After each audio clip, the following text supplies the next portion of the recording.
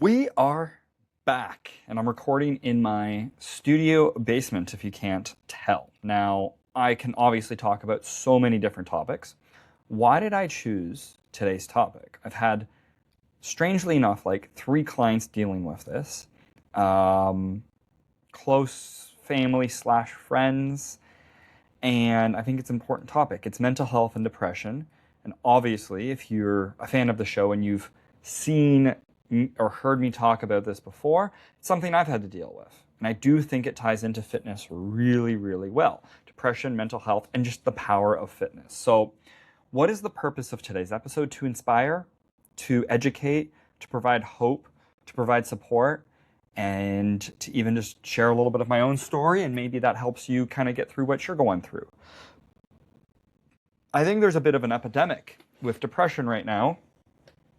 People lack purpose. And when you lack purpose, your suffering might feel like it's all for nothing. And maybe it's the job that you have going on. Maybe it is the lack of friends and family that you feel supported by. Maybe it's that you feel like you're a hamster on a wheel going over and over the same sort of things again. I believe that mental health, depression, and fitness are all interconnected. I believe it's more than just fitness, of course. I think everything's interconnected. And this topic is personal to me. I've had to deal with my own anxiety and depression for the last 16, 17 years. I'm old. I might not look that old, 31. And it started for me when I was about 14, 15, dealing with my own mental health and learning to kind of get through it. So when I was 15 and 16, I did have a lot of mental health, anxiety specifically. Most teenagers would. And I had a lot of depression. I was smart, but I didn't have a lot of wisdom. And so you don't necessarily know how to deal with it. This wasn't why I was depressed when looking in hindsight. It was probably just the catalyst. And I think it was going to happen anyway, just the way that my brain's wired. But I had a breakup, right? That happens. But then I felt alienated. And then I alienated myself because when you're 14, 15, you don't know better. You don't have the experience. And then I'm alienated, and I was just questioning, what's the purpose of life? If all life is suffering, then what's the point? And I felt like I was suffering a lot. And so I was like, well, what's the point of living if you're just going to suffer? Suffering's inevitable. It makes sense to end it. And it was a dark, dark thought. And I had a lot of anxiety over the fear of judgment about those thoughts. And I didn't think it was going to get better. And I did attempt to end it at 16. And it was one of the best things that could have happened to me. Why? Because of the amount of wisdom and knowledge I've gained since then and the perspective I've gained since then. And one of the purposes of my life was to go through hardships at an early age to be a stronger person for others, to go through the hardships that are going to be inevitable in my future. And in the moment, it was other people's support that helped me get through, to buy myself time so I could then find the strength to get through on it on myself. And fitness was one of those lifelines as well that creates purpose, that creates structure, that creates a sense of growth and development. And I think that that's extremely important. One of the things I got into right away after my attempt at 16 was back into the gym and focusing on strength, focusing on building muscle, focusing on building myself, learning delayed gratifications. It's just a healthy outlet. Everybody knows how important fitness is for your mental health. It's not even just the physical side of things. It's that it teaches you that grit and discipline, and that things don't happen overnight, but you show up anyway without seeing results, knowing that in 6 months from now, you'll see tremendous results. When it boils down to it, you can't separate the mind and the body. Having a healthy body is going to help the mind as well. But there's so much that you learn across that discipline of just showing up. And it's a great teacher. It's a great metaphor for life. When it comes down to it, I also had to find purpose. Ironically, becoming a trainer would make sense because a lot of people need help with their physical health. I had a bad knee injury. I had a bad hip injury. I needed to recover from those, and that took a mental toll. But going through what I had to go through set me up for success when I needed to rehab my body, not just rehab my brain. Then I'm working with multiple different clients. Most of them are older than me. And you learn that most of them also are humans, and human emotions is depression. It's a human emotion. It's a normal emotion. Same thing with anxiety. And if I've gone through it, I can relate to others. If I've gone through pain and trauma and injury and setback and come back out stronger, who's to say that other people can't? And it's not one thing to compare, well, if I can do it, you can do it. It's not what I'm trying to say. But if I can do it, you can learn from how I've done it, and maybe you can apply it to your own scenario. Or maybe you can't, and maybe it's just very different. But I think we can learn a lot from one another and support and build us all up. So everybody has their own battles. And it might not be you who's struggling with depression, but maybe it's a family member or a friend. And like I said, I've had a couple clients reach out to me about, someone in their family, a close friend themselves going through depression, and that it's hard to get to the gym. And we talk about it, and I'm trying to support. What do you need from me? Do we need easier workouts? Do we need shorter workouts? Do we need more fun workouts? Do you need a social workout? Do you need to go do a group class? Do you need community? Do you need more check-in calls? Do you need more accountability? Do you need less accountability to doing what's structured and more accountability to just doing something? And just finding the little wins along the way. A lot of people have a negative self-talking routine, and it's my job to help them with that positive self-talking routine. And I truly do believe that the gym is a great catalyst for growth and a great tool for accountability and personal responsibility. No one's going to save you from your mental health, unfortunately. We can help and we can support, but it's always you who has to help with it, because you're going to be in your head 24/7, 365. And you're going to have that voice in your head. And that's one thing that you can work on, is that constant voice in the head. I've gotten some feedback from people, specifically my mom, talking about how positive this podcast comes from. And I think it surprises her because of how negative I would have had to have been going through somebody who did attempt suicide. So sports and training, and a source of purpose for community. Joining a team sport. Obviously, you have a sense of community, and you're just becoming friends with people. It's phenomenal. It's amazing. Having a gym to go to, having the same people you see day in, day out, week in, week out. You talk to them. You build the sense of purpose. It's enjoyable, and you start to look forward to it. And maybe it's a family member you do it with. Maybe it's a really close friend, and it just gives you an opportunity to check in with them on different things that's not just fitness, but you go to the same yoga class, and all of a sudden, before you know it, you're talking after yoga about what's going on in life. And that's super important because it gets that weight off that chest, and you realize you're not in it alone. You help them out, they help you out, and you helping someone out makes you feel good. Them helping you out also makes you feel good. So it's a win-win scenario in that situation. And of course, the lessons in delayed gratification in doing something great and doing it often and doing it daily and just finding that daily win, right? If you had the worst day in the world, but you made it to the gym, you're probably still in a net benefit. And that's really important to remind yourself as well.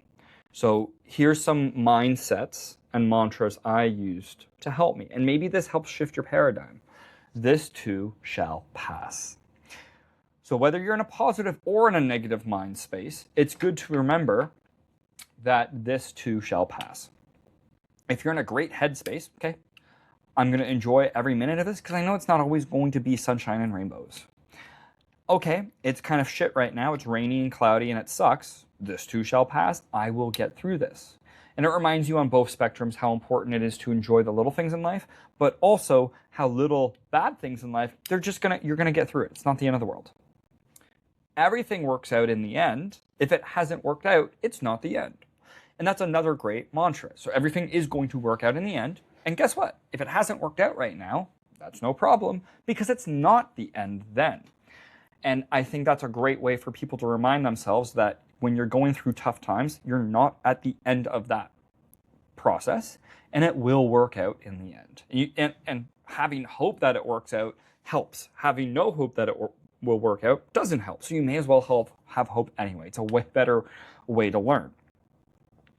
I have a tattoo on my inner bicep, and it's a phoenix. And I always think about rising from ash.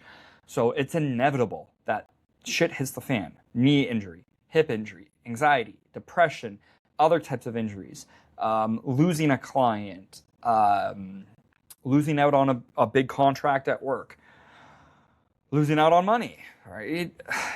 I'm going to just come back from it stronger. It's an expensive lesson to learn, and yeah, it hurts a little bit, but I will come back stronger from this, and I rise from the ash. When it comes to chaos theory, you're finding meaning in mess. So there's this man, and he just how should I start this? It's like kind of like a proverb, story, fable. So it's a Chinese one, and there's a man, and he lives on a farm out in the country, and he just randomly happens to find a horse. And he takes the horse home, and everyone in the village is like, "Wow, you're so lucky that you found a horse." He's like, "Oh, we'll see." And his boy is training the horse, and falls off the horse and breaks his leg, and everyone in the village is like, "Oh, that's so unfortunate that your boy broke his leg." The man's like, "Well, we'll see." War starts, and there's a draft, and they come around and take all the able young men, except for his son, because his son has a broken leg. "Wow, your son's so lucky that he got out of the war." We will see. You just don't know how things are going to work out. Life is chaotic, and it's another tattoo I have. It's not that life is chaotic, it's just the chaos theory tattoo. You never know how one small ripple event is going to affect the rest of your life. And so if you think that in that small moment it's bad, it's bad. But if you look at the grand scheme of things in the big picture, it might have been the catalyst that makes things great. It sucks that I tore my ACL, but it's made me who I am. I am not the current version of Nick Fody if I didn't tear my knee up. I'm not the current version of Nick Fody if I didn't have my mental health problems when I was 15, 16. And what does that mean? I could be a worse version of myself now. I might not have the discipline to go to the gym every day. I might not have a positive mindset because I went through negative mindsets in the past. I might just be a bit more neutral. I might not be able to relate to my clients as well, going through their anxiety and depression. So I am who I am because of what I've gone through. And that's finding meaning in the mess. And then facing fears instead of avoiding it. Another tattoo I have, it's a simple compass. It's the symbol for unknown. Kind of. It's the symbol for unknown in the compass. And then when I'm anxious, I feel that, and I feel it in my heart, and it reminds me to go towards the anxiety. Instead of, and anxiety is fear of the unknown. So I face it instead of avoiding it. And you realize that 90% of the suffering is in your head. And once you face that fear, it's no longer a fear, so it's easier to face. So now you have to go to the next fear, and the next fear, and the next fear. Sometimes it's as simple for me as talking to a girl that I think is cute. And yeah, going up to her, "Hey, how you doing?" Right? And that's facing it. Who cares what the outcome is? I faced it. That's what's more important. Next time I see a cute girl, I'm more inclined to go up and say, "Hey, my name's Nick. How you doing? How you doing?" And just becoming resilient. The ability to take life's punches over and over and over and keep coming back up, kind of like a boxer who refuses to hear the bell. Think of that movie Rocky. I think it's the first one, but it's like almost all of them, where he takes a punch and he takes a punch and everyone in the crowd thinks he's going to go down, and he just keeps getting up and he perseveres. And that's really important in life, is you just have to outlast people. There's people who are smarter than me. There's people who are more talented. If I don't give up, I'm bound to win. I'm bound to beat them. I think of that in fitness. I think of that in business. I think of that in life. I just got to keep showing up. And if you can tolerate one more day, great. You're in a bad headspace, cool. Maybe it's not one more day. Can you do one more day? No. Can you do another hour? What's the end of the world if you made it another hour? Yeah, I guess I can do another hour. Okay, do another one on top of that. Once that hour's up, you do another. No, I can't do an hour. How about a half hour? How about 15 minutes? Can you make it through the next minute? And that's what I think is the beauty of something as simple as just standing still for a minute, realizing you got through that minute and you can get through the next minute. And that's a perseverance thing. And yes, it is humbling and embarrassing if you have to break it down, but it's really not embarrassing. You believe it's embarrassing to break it down into that low of a barrier, but in the moment, that's what you need. And when you're in a better headspace, you can do more, but you're not in that headspace, and you do need it that easy. These are daily habits that you can do for mental clarity. Listen to podcasts that help you reflect on your thoughts, maybe blogging or reading blogs. Maybe it's creating a journal and doing something like that as well. Maybe it's working out, walking, getting sunlight, getting in nature, working on a craft, working with your hands, creating something meaningful, listening to books, talking to friends, building a social network, working on your mind, your body, your soul, your spirit. You got to work on something, especially if you're a guy. That's one thing I would say is working on anything. It can be something digital, it can be something physical, it can be a concept, it can be ideas, it can be yourself. You got to work on something. And then approaching setbacks, not like they're failures, but that you're just setting yourself up for the next success. And so breaking challenges into small next steps. And you never know what that small next step might set you up for the next big one. I'm going to use chess here as an analogy. So in chess, one of the most important things is to learn how to move pieces to set yourself up for moves that are 3 down the road or 5 down the road. And you do have to read the other person. Sometimes it's as simple as moving a pawn. Early in the game, you might move a pawn and it might not look like a big deal. And then in the late game, it could have been a make it or break it position where you move that pawn and it sets you up into such a good position, or you move that pawn and it is what sets you up to lose. And you kind of have to move one pawn at a time, one square at a time, to create a grid, to create a pattern, to set yourself up for success. And so it might seem redundant to move a pawn, but then you'll look back 20 moves and you're like, okay, that makes sense. By the way, you should get into learning chess. If you're having mental health stuff, learn the game of chess and you have to focus on chess. You won't think about other things. It's a great game. And if you're feeling stuck, well, you've survived every single tough day so far. What's one more? What's one more hour? What's one more minute? Like I kind of talked about. And then you break it down into manageable steps, focusing on small wins. How does this relate to clients? How does this relate to family? How does this relate to friends? When you've gone through depression before, you can you can feel empathy with others who are going through the same thing. You can also share what you've had to go through to help inspire others. And maybe in the moment they're not going through depression, but you don't know if they're going to go through it in 6 months or a year. And if you show people that you genuinely care about their physical and mental health, well, you care about their mental and physical well-being, it makes a world of difference. I have clients, to me, they're not just a number. It is what I need to do to survive, to get through this world, but it's also a purpose. It's a mission for the future. It's what I'm probably meant to be on this earth for. It's why I survived that suicide attempt when I was 16. It's why I went through my anxiety and depression. It's why I had my knee injury, is to help guide others with their health. That's it. Mental, physical, emotional. And it's very important to have patience and grace and positivity. They don't have a lot of grace or positivity or patience for themselves. They think they should be perfect right now, right? And they're really hard on themselves and they're really negative on themselves. They have a lot of shame and guilt, and it's very important we avoid that. And we try to create a relationship with them where they look forward to seeing us and they feel better after seeing us. And if you reframe your struggles yourself as a source of strength, it can become a strength for others.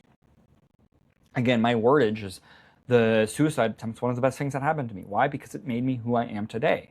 You can't have growth without struggle. That's impossible. The best people in the world, the kindest people, probably had dark times before, but they got through it. And I think that's really important to remind yourself that if you are going through a dark time, that's only because you're needed to be a great person in the future, a beacon of hope in the future, and to be strong for something, whatever comes your way. And remember, you're not alone, and sharing with others, supporting one another, that's all we have. We just have each other in this world. And yeah, the world's going to be full of struggles, so why not be there for one another? And you never know how that's going to come full circle. They'll help someone else, who then helps someone else, who then helps someone else, and you have this meta helping where now you've helped 5 people indirectly because you've helped one person. I think that's kind of a cool concept as well. Some of the things that I think are really important is mastering yourself, your self-awareness. Now, that can become a double-edged sword, but learning your self-awareness of what kind of helps you, being aware of, okay, I'm starting to go down this bad rabbit hole mentally. What are the things I normally need to do to get myself out of this rabbit hole? Okay, I haven't been working out. I haven't been sleeping the best. Maybe I need to work on that. Maybe I need to go back to reading, journaling. And maybe it's important about finding discomfort and not avoiding it, but embracing it and going past your limits, not just physically, mentally. Maybe it's meditating. It sucks to meditate when you're depressed. Can you do it for 5 minutes? Can you push past that? Can you get to 7 minutes? Can you get to 10 minutes? Can you keep at that reinforcement of that positive self-talk? And there is a big connection between mental and physical health, of course. And so you have to focus on both your physical and mental health. There's a lot of long-term strategies and self-mastery that you can do for your life. And I think that's really important. There's a lot of reflection and actionable steps that you can also take. And even if you're good right now and you're not going through mental health, what about preventing it? That's another aspect of it too. That's a great strategy. The best medicine is prevention, all right? And the best time to plant a tree would be 20 years ago. And so everyone's susceptible to mental health. And some people say, no, I don't get depressed. You might someday. You might have a really tragic event, and learning to these skills now sets you up for success later. And just because you got over that hump doesn't mean that that hump's not going to come back. So again, reinforcing that. Having that resilience and having a plan and having sustainable practices, right? Don't discount or disconnect the mind and body. They're very deeply interconnected. Movement is medicine and action is therapy. I think a lot of mental health practitioners are realizing how important physical health is to a holistic approach to their mental health. And if you are struggling, I think it's important to work with a mental health professional. I think it's also important to work with a great coach or great mentor, great physical person, get to the gym, get into community, and maybe you share it with someone who you feel like is supportive in that position. When I was at F45, I had people reaching out to me. Hey, I'm just going through a little bit. You'll see me at the gym, but my energy is not just going to be the same. Okay, thanks for letting me know, John. I'm just going to use that as a name. There's many people who did that. And then, I check in with them 2 weeks. How you doing? Actually, I'm doing much better. Thanks for asking. Oh, glad to hear that. And that's it. And I think it's really important that fitness professionals work aside with therapists in a practice. And so if I know that one of my clients is going through something, I always recommend they go see somebody. Hey, are you talking to a therapist right now? No, but you know what? I should. Or, yeah, I am. Okay, cool. If there's anything that they think we should integrate into our physical practice, just let me know. And they're like, well, what do you mean? And I say, well, I think the physical and mental is important to go together, even if it's something as simple as breath work, right? And I think it's really important, the listeners, anybody, what's the smallest step you can do towards improvement? I talk about that all the time. If you can't think of the next small step, you're thinking too big. Go smaller. It can be as simple as getting out of bed and getting into the shower. That's so small, and you can break it down further. And if you're like, well, no, I could easily do that, well, think a little bit bigger then. Go get ready for breakfast. That's the next step, right? Get started for your day. Wake up early and get out of bed. Again, why am I making this episode? A lot of people right now are dealing with their mental health, and I think it's just a good reminder. I'm going to be talking about this stuff in so many different ways. I know my mom's going to comment on it, but any other listeners, please comment what else you would like to know, learn for me to talk about mental health side. You can comment on the episode. You can reach out to me. I think it's important to have that discussion, and this is going to be an ongoing discussion. So that being said, until next time.